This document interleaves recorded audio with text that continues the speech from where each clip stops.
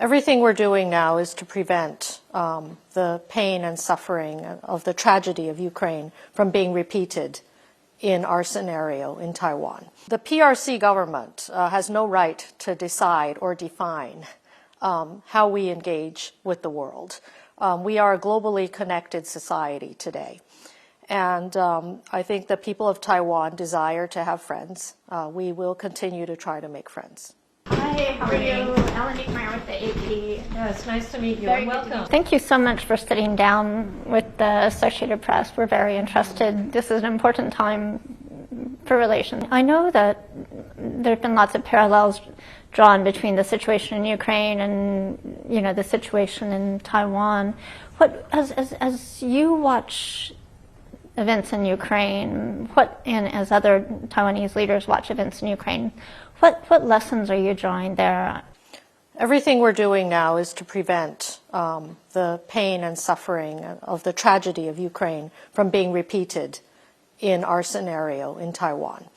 So ultimately, we seek to deter the use of military force. But in a worst-case scenario, we understand that we have to be better prepared so as to fortify our defenses and to prevent an attack from harming the people of Taiwan. So we are watching closely. There are a lot of sympathies for the Ukrainian people in Taiwan. We have sent a lot of humanitarian aid and support from our people to the Ukrainian people. From a defense and security perspective, we are learning that there is much to be done in terms of countering an asymmetric situation. The Ukrainian resistance has proved to be very resilient, which is rather inspiring for many. And we are also targeting our own defense reforms in a way that will also enable our defenses to be resilient and strong in an asymmetric way. I think it's critical to send a consistent message to the authoritarian leaders that force is never an option. Force will not be tolerated. The use of force will be met by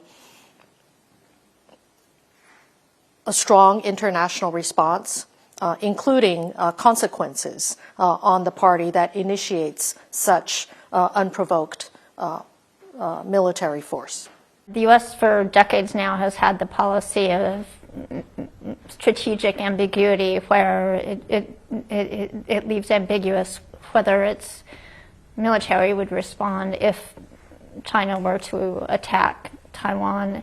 Is that still serving the purpose that it needs to? It has preserved peace. The status quo has enabled a situation where we have had significant political differences across the Taiwan Strait, and yet we can coexist in a peaceful way. In terms of international assistance for Taiwan, of course, the people of Taiwan welcome any help possible in maintaining the peace and stability that serves our interests. But at the same time, we also understand that we have to be willing to invest in our own defenses if we are to expect anyone to help us.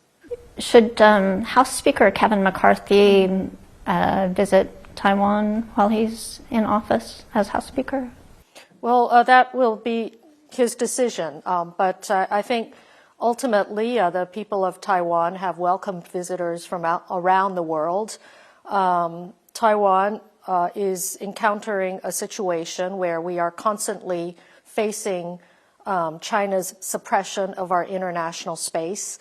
We are being bullied against making friends internationally. China, the PRC government, through its global political influence campaigns, seeks to marginalize Taiwan and prevent the people of Taiwan from connecting to the world. And so I must say that, as a general principle, the people of Taiwan are always open and welcoming to international visitors. Having said that, I think it's important to highlight that the PRC government has no right to decide or define how we engage with the world. We are a globally connected society today. And I think the people of Taiwan desire to have friends. We will continue to try to make friends. Work with us in deterring the possibility.